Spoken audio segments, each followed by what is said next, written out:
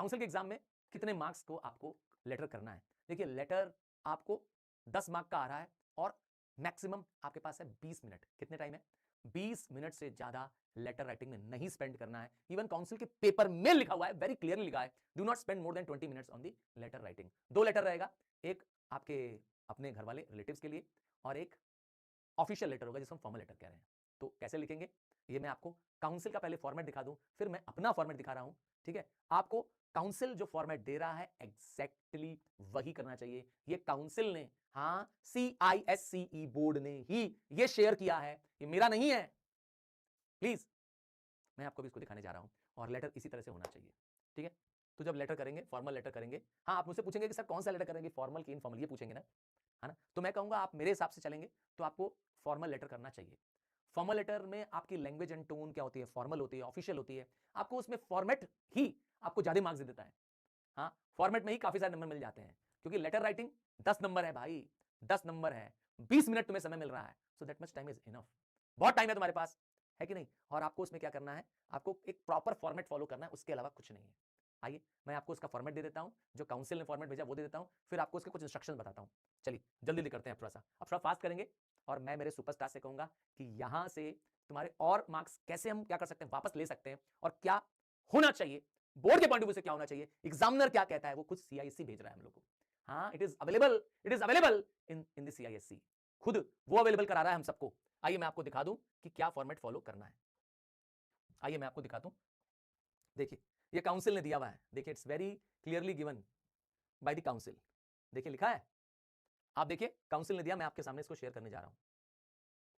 Suggested format for letter writing and notice and email, please एक ही इसमें आपको सब कुछ क्लियर हो जाएगा। ये आपके काउंसिल ने भेजा हुआ है, हाँ मेरा बना हुआ नहीं है। काउंसिल का मैं सिर्फ इसमें टिप दे दूंगा आपको, मैं आपको इसमें प्रो टिप बता दूंगा, आपको कंसेप्ट बता दूंगा कि कितना टाइम कहां लगाइए, बट आप प्लीज इस काउंसिल के ही फॉर्मेट को फॉलो करिए। आपका कोई भी टीचर, कोई भी एग्जामिनर कुछ भी बता दे, सब इससे मैच करिए।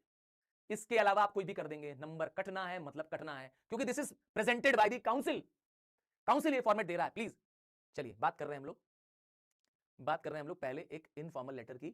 एक लेटर जो आप अपने फ्रेंड्स को, फैमिली मेंबर्स को लिखते हैं, इसके फॉर्मेट्स जो दिए हैं उनमें से कोई एक फॉर्मेट आपको पकड़ के चलना है, कोई एक फॉर्मेट पकड़ के चलना है। ठीक है, पहला फॉर्मेट देखिए, इस फॉर्मेट को हम लोग बोलते हैं राइट ओरिएंटेड। ये एक राइट ओरिएंटेड फॉर्मेट है। राइट ओरिएंटेड इसलिए कह रहा हूं क्योंकि इसमें जो सेंडर का एड्रेस है वो राइट में है। ध्यान दीजिएगा, ये काउंसिल भेज रहा है।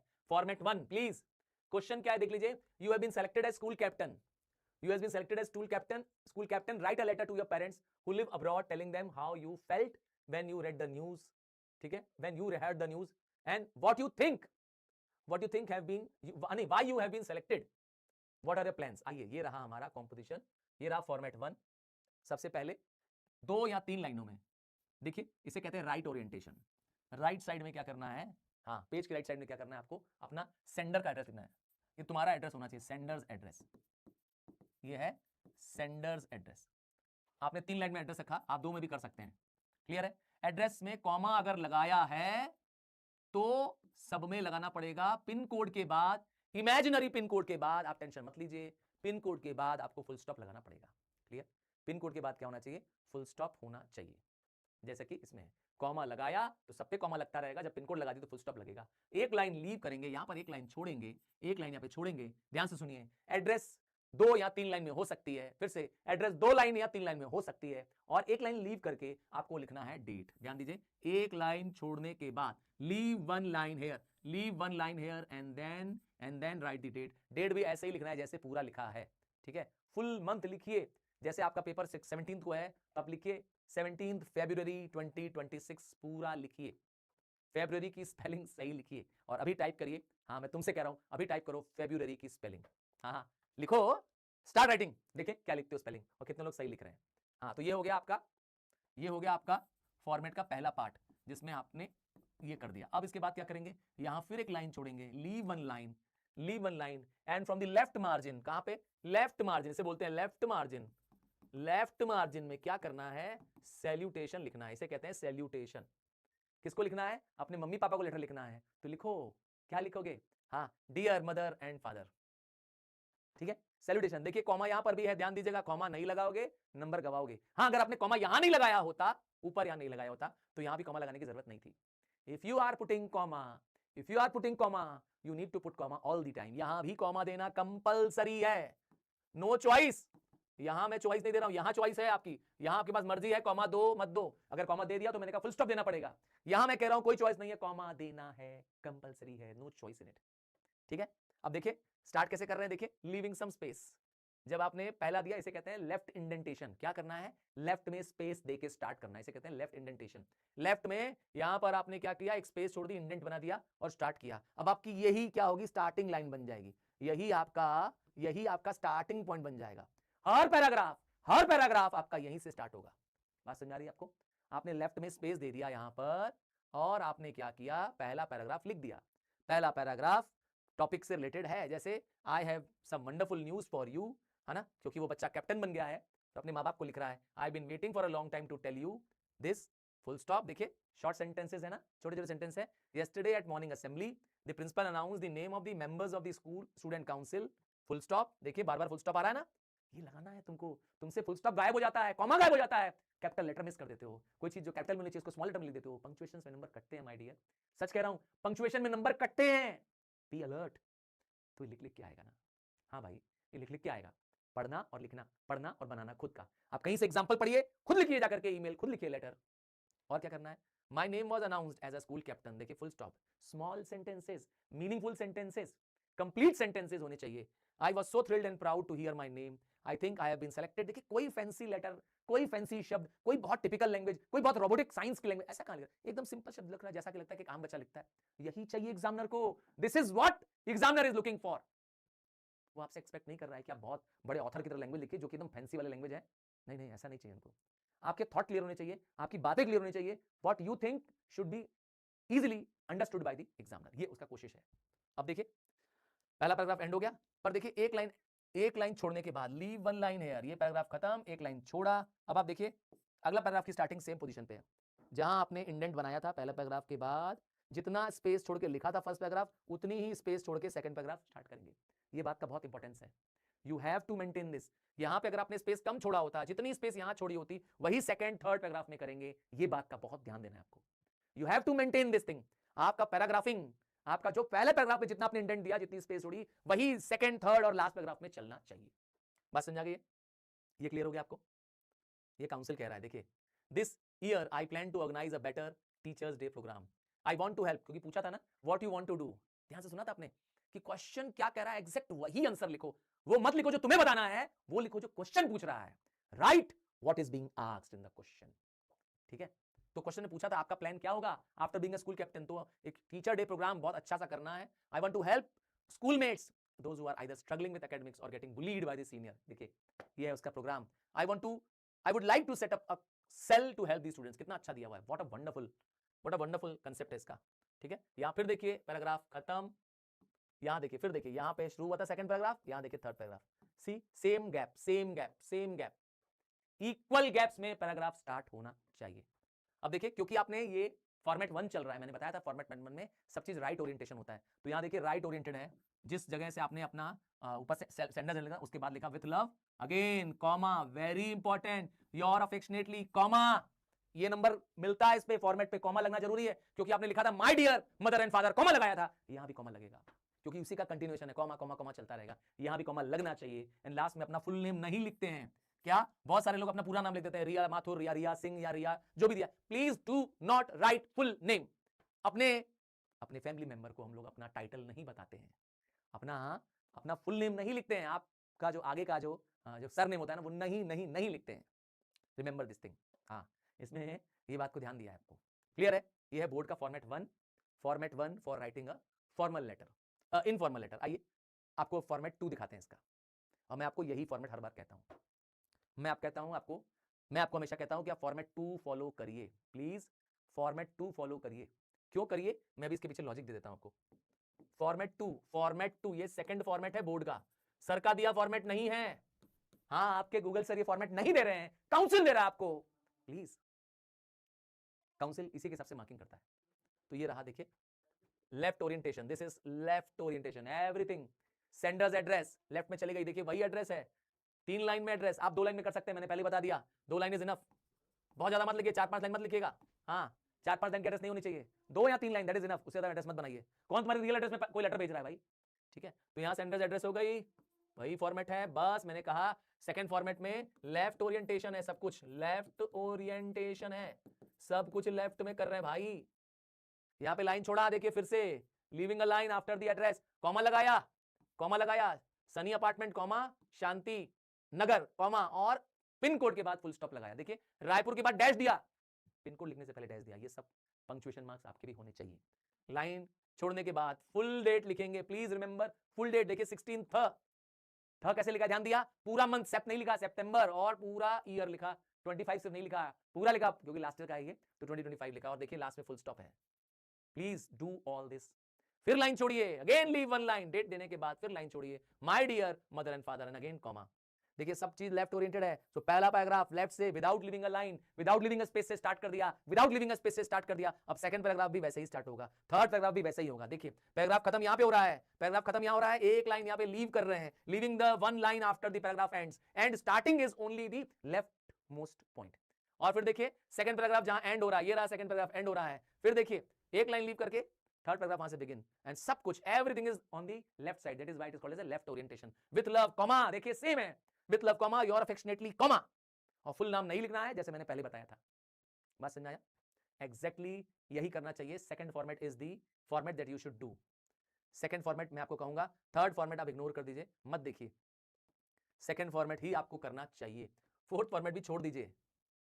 ये सब काउंसिल दे रहा है, ये सब काउंसिल दे रहा है, और मैं आपको एज अ गूगल सर आपको कह रहा हूं कि प्लीज फॉर्मेट 2 फॉलो करिए। ठीक है, वो स्टैंडर्ड फॉर्मेट है, मॉडर्न फॉर्मेट है, most acceptable format in all other boards भी है। हाँ, और जो बोर्ड्स हैं हमारे इंडिया में उसमें भी सबसे ज्यादा एक्सेप्टेबल वही फॉर्मेट है, फॉर्मेट नंबर 2। आइए फॉर्मल लेटर की बात करते हैं। The garbage in your city, मतलब बताया ना official letter, letter to some authorities.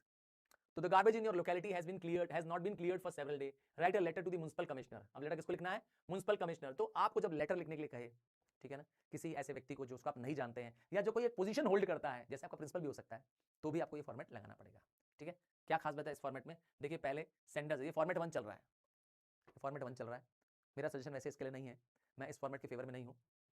Format 1 में देखिए पहले सेंडर्स एड्रेस स्पेस, फिर डेट, फिर रिसीवर्स एड्रेस, ठीक है, स्पेस, और फिर सैल्यूटेशन, ठीक है, और सब कुछ फिर लेफ्ट ओरिएंटेशन है, और ये आ जाइए, फिर आ जाइए, ये है फॉर्मेट 1। मैं आपको कह रहा हूँ ये फॉर्मेट मत करिए, मैं आपको कह रहा हूँ फॉर्मेट ये वाला भी मत करिए, इसमें थोड़ा स्लांटिंग लिखा है, ठीक है, ये फॉर्मेट भी छोड़ सकते हैं आप। आपको करना है ये फॉर्मेट,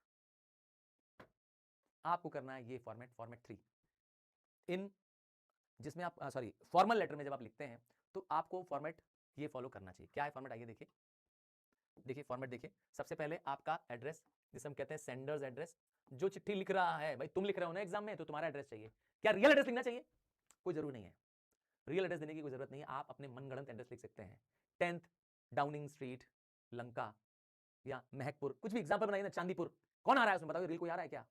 तो इसलिए कोई जरूरी नहीं है, दे भी दोगे तो कोई फर्क पड़ने वाला नहीं है। ठीक है, तो सेंडर्स एड्रेस, मेरी सजेशन होगा अपना खुद का रियल एड्रेस मत लिखिए। सेंडर्स एड्रेस 3 लाइन के अंदर, जैसे मैंने कहा हर बार कॉमा कॉमा, और आपको पिन कोड लिखने के बाद, हाँ वैसे पिन कोड अपना पता कर लो क्या है, नहीं मालूम है तो फैमिली पापा मम्मी से पूछ लो, ऑनलाइन चेक कर लो, आपका पिन कोड मिल जाएगा।